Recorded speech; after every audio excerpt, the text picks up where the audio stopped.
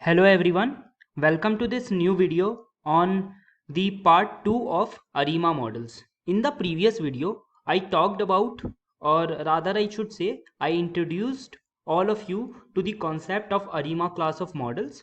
And just to kind of revise a little bit, what I'm going to do is I'm going to talk a little bit about ARIMA classes once again, ARIMA class of models once again.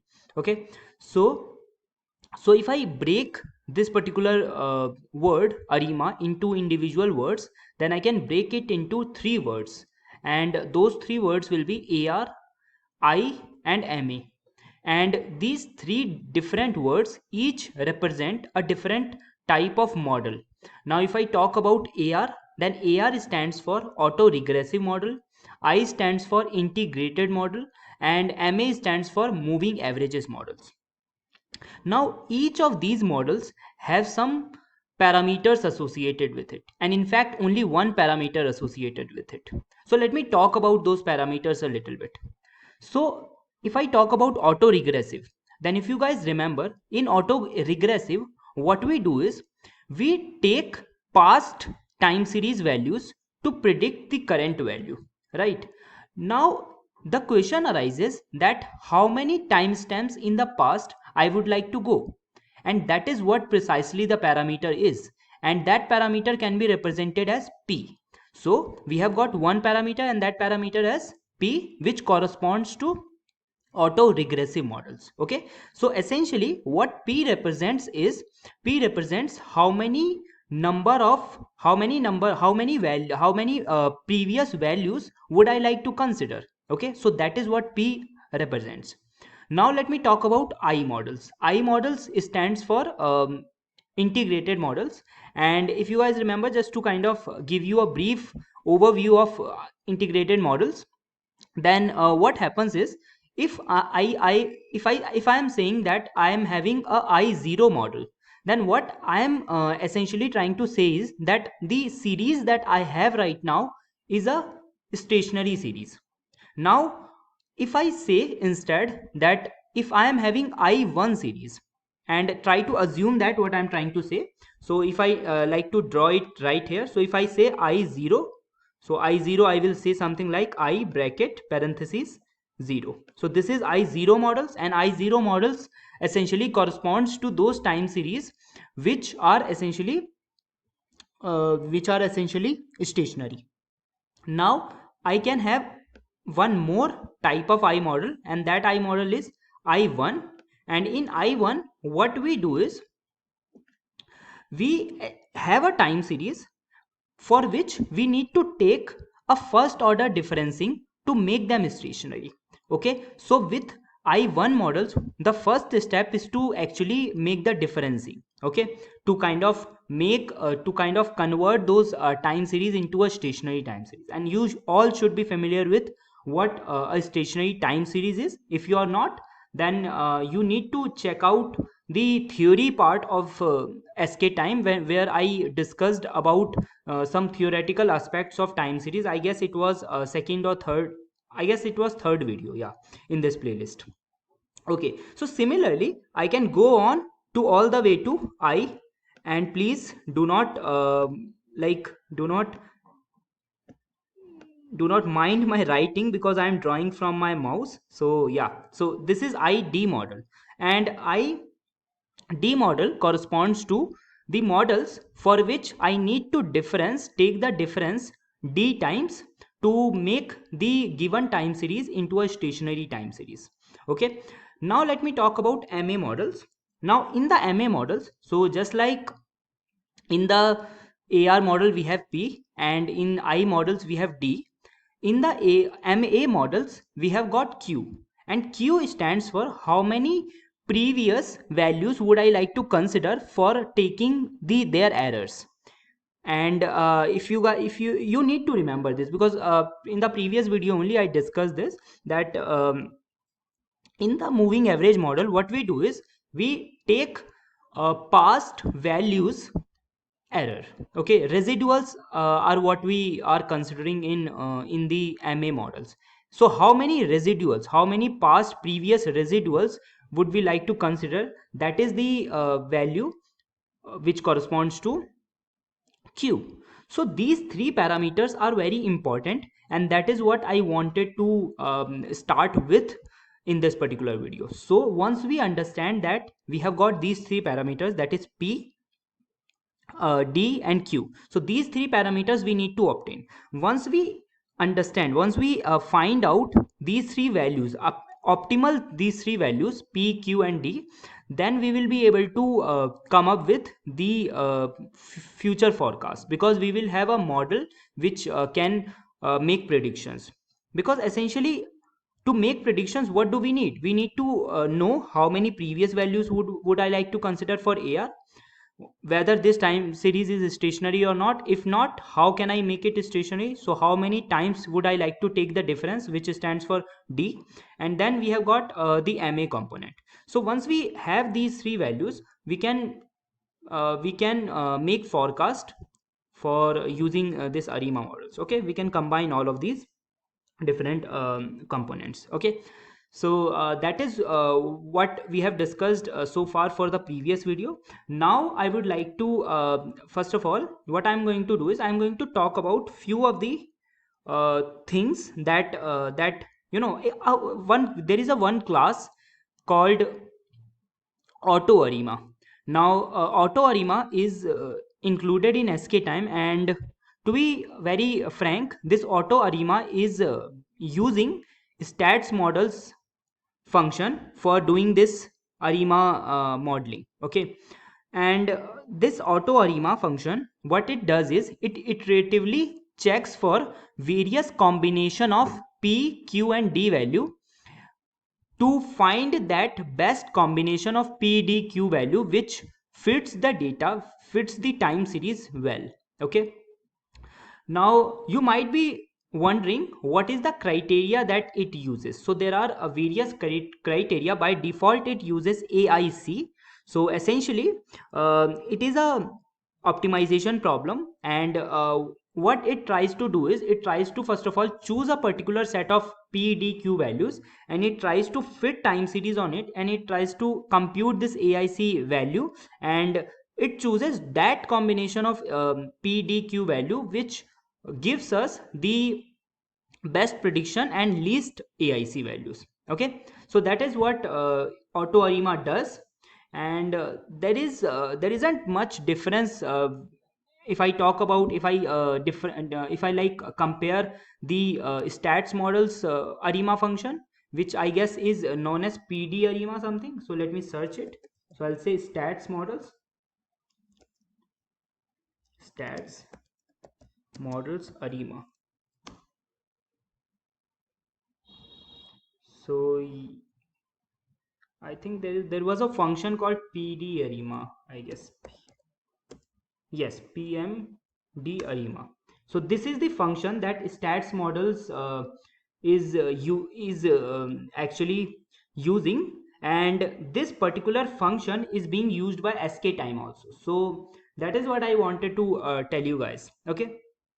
Now next, let me quickly show you how you can actually start by using this auto arima function. Now before I do that, I would like to say one more thing. You might face, based on your computer settings, computer configurations, you might feel and observe that when you import auto arima class, it takes unusually longer than other imports. So if you import, let's say, plot yes function, it wouldn't take that long. But if you import auto arima, it takes a little bit longer. Why? Because I guess this library called PMD arima is what is causing it to take a little bit longer to run. Okay, so I just wanted to inform you guys regarding this. So don't worry if it takes a little bit longer. So what I'm going to do is I'm going to just pause this video the moment it imports. Okay, the moment I hit enter for the import, so that you don't have to unnecessarily wait for some time. Or maybe I will talk about some other aspects, or I'll write some other code while it is being imported. Okay, all right. So what I'm going to name this notebook as auto ARIMA.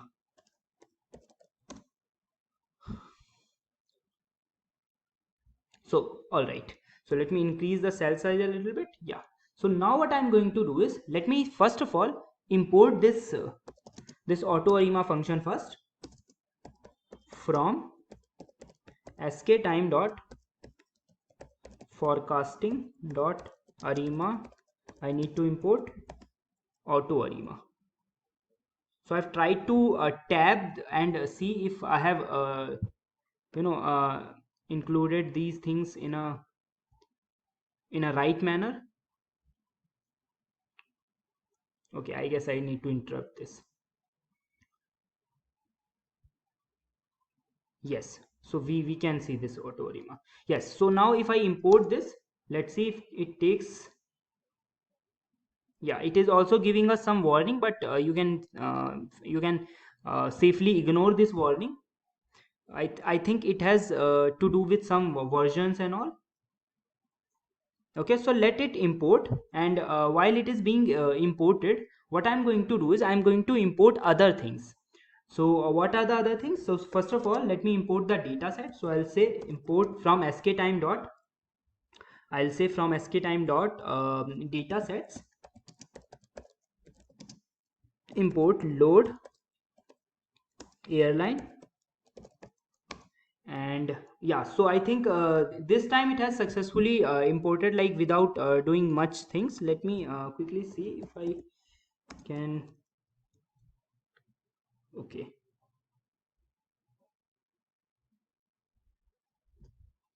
okay, I think yeah, so it is actually working, but I have made a very serious mistake in this particular script, and I think some of you might have already guessed what exactly is the mistake. But it is not causing any trouble for us, because this particular file is a Python notebook file. If you notice its name auto ARIMA, it matches with my file name, which is simply not allowed in Python. But if you are making a Python notebook, then I think that's why it is not causing any difficulty for us. Otherwise, if it was a Python file, .py file, it would have created, I guess, some issues. Or not, because we are importing this auto ARIMA from skTime. Yeah, it is not, it shouldn't be like we cannot name our Python file by the module name, because if I remember clearly that one day what I did was I named my Python file as numpy, and when I was importing numpy, then it was giving me some weird results. So that is what I thought. No, it shouldn't cause any issue. It would have caused a issue if I had I had named my file as skTime. But here it that also wouldn't be any problem. Why? Because it is a Python notebook file, not a Python file. Okay, all right. So this is the auto ARIMA class. There are actually very important parameters which I will talk about afterwards. Okay, first of all, let me import all the necessary modules. So I have imported the data set. Let me load the data. Okay, and let me import the function for plotting. So I'll say from skTime dot utils dot plotting dot forecasting import plot ys. Okay, so after importing this, let's quickly, okay, we also need matplotlib to actually show these plots. So matplotlib dot pyplot as plt. Okay, after importing it, I can use plot ys on my airline data. Okay, cool. So yeah, so I think that would be pretty much it. So now let's make a forecast. Yeah, train test split is also what we need to import. So from skTime dot model selection, or I guess forecasting dot model selection, import temporal train test split. So I'll say y train y test, and what I'm going to do is I'm going to say temporal train test split, and I'm going to specify what I'm going to specify this airline variable. and I'm going to say test size is equal to 36 values. And for 36, for predicting future 36 values, if you remember from the previous lectures, we also need to make a forecasting horizon. So I'll say list of range of 1 to 37. Why? Because Python indexing starts from 0 first, and the last index in the range is not included, so it is exclusive. Okay, so now let me make the forecaster, and what I'm going to do is I'm going to just use auto arima by its default values. Okay, so it is also, see this, it is also taking some time to execute. So after it has been completed, I'll say forecaster dot fit, and I'll specify y train, and finally I will make some forecasts, or rather predictions, y predictions. So I'll say forecaster dot predict, and I will specify the forecasting horizon, and after predicting I'll use plot ys function to kind of plot all of these values. So the first thing that I'm going to plot is y train, y test, and y pred, and afterwards we need to specify the labels, and in the labels I'll say train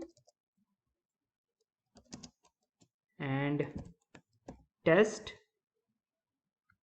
and next it is saying, yeah, so next is predicted. So this is giving us all sorts of convergence warning. You simply need to ignore these. Why? Because we have just used the default values for auto arima. So what happens is there might be some problem with certain configurations which might be causing these problems. Okay, so now let me plot these values. So it is saying y train. Okay, cool. So if you notice, by default configurations, so these are the predicted values we are getting. Now let me spend some time talking about some of the parameters, some of the important parameters of auto arima models. So as discussed earlier, what auto arima model does is it tries to find the appropriate values for p, d and q, and here I am talking about small p, small d and small q. Are there any capital P, capital Q, or also? Yes, there are, when there is seasonality expected. So we can pass these arguments also. Okay, so I'll not talk about these in this particular video. I'll just restrict myself to P, D and Q. Now, and also one more thing I would like to say here is that if you remember, um, I some time back I discussed in the previous video that these AR and MA models works best, and in fact they work only for stationary data. So the very first thing that this model, this auto arima model does is it first of all gets a value of D, and it differences this data D number of times. Okay, and it then goes on to execute the values for P and Q. Now since we are assuming the series to be stationary, so we are simply ignoring other factors, like we are not taking into considerations the values of P and Q, capital P and Q. Why? Because we do not assume that this particular data set, this particular time series data has any sort of seasonality associated with it. Okay, all right. So now the way it works is it expects us to pass a value called start P and end P. So what it does is it narrows down its search. That is why it takes a little bit longer to run. Why? Because it gets a value. Let's say I pass to this auto arima function start P of 1 and start end P of 2. Then what it is going to do is it is just going to check for these two values 1 and 2. But if I pass and then in that case when I specify the value 1 and 2, then in that case the the run process, the run time for this particular function will be lesser. Why? Because there are only two values to check. But if I increase the width of the search, if I don't narrow down the search like this, what I can instead do is I can specify start p as 1 and end p as 15. So here we have got 15 values to check, right? But not only that, we need to specify the same for d and same for q also. So all those different combination of values are checked for a specific criteria, and that criteria is AIC. There are other criterias also, obviously you can check that, but you just need to understand the default criteria, and that is AIC. So let me show you how can you check these things. So if I press shift and tab, then I will be greeted with this particular documentation. If you can see, let me quickly do this thing. So let me, yes, so now you will be able to clearly see what are the different parameters that can be specified to this particular function. So if you see this function, if you carefully observe this function, then we have got start p which is equal to 2 and start q which is equal to 2, and maximum, oh sorry, earlier I have been telling you that there is this parameter called end q and end p. No, but in fact they are those parameters are named as maximum p and maximum q, okay, and maximum d also. Okay, so these three parameters are specified this way. And if you just notice here, so by default the values are 2 and 5. So that means there would be three values to search, 2 3 4 and 5, sorry, four values to search. Okay, and if I check how many models it has to fit, so 4 times 4 times 4, so it would be 64 models. And where can I see the criteria? So let me again hit shift and tab, and I can see that let me see. Okay, yeah, information criteria, which is AIC. There are other information criteria also, and how can you check which information criteria you need to specify? Let me take you through a little bit downwards so that you can, yeah, so this is the information criteria parameter, and here you can see we can pass BIC, AIC and HQIC. I will not be going over what each of these means, but I hope that you will be able to understand the meaning of each of these by yourself. Okay, now there are parameters for capital P, capital D and capital Q, which essentially accounts for seasonality. Okay, and there are other parameters also, and also out of sample size. And what does this out of sample size means? So what happens is sometimes you do not want to test your model's performance on the same data. So what you do is you take out some part of the sample. Let's say I say that out of 140 values of airline fares, I want to hold out 30 values. So in that case, what will happen is those 30 values will be used to check the AIC criteria, information criteria. Okay. Okay. And one more thing we can pass is number of fits. How many number of fits we need to specify? It is 10. Okay, I think so. Earlier, what I said was the total number of fits would have been 4 times 4 times 4, but it's not true. Why? Because the total number of fits by default is 10, so hence only 10 models would have been fit. Okay, and notice here, not every fit gave us error. So the first fit, these 1 2 3 4 and 5, so out of 10 fits only 5 fits gave us this warning. So that is why we can conclude from here is that this this this particular five models, 5 fits that gave us any warning, but remaining 5 did not give us any warning.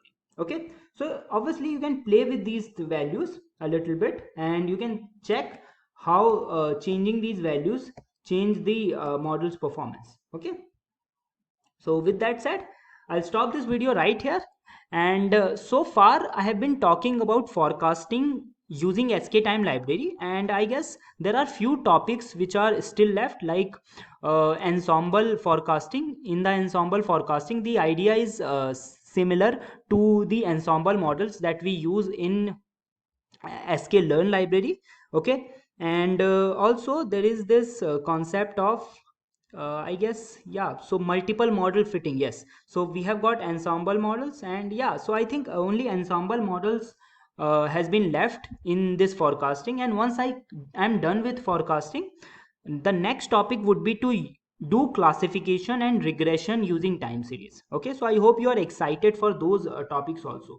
But I guess I have covered a lot of topics in forecasting, and most probably the next video will be the last video in the forecasting topic. Okay, not in this entire tutorial series, but in the forecasting topic, that would be the last topic most probably. And it might also happen that from the next to next video I can start talking about the classification task. Okay, classification task in SK time library. Okay, and what else I should talk about? I think that would be it. Yeah, one more thing, if you can see here, this path, if you can follow, you will observe that this is pointing to stats model. What does that mean? That means this auto arima model, this auto arima class is using in the backend stats models only, which is yet another library for doing statistical task with various statistical task, and time series is one of those.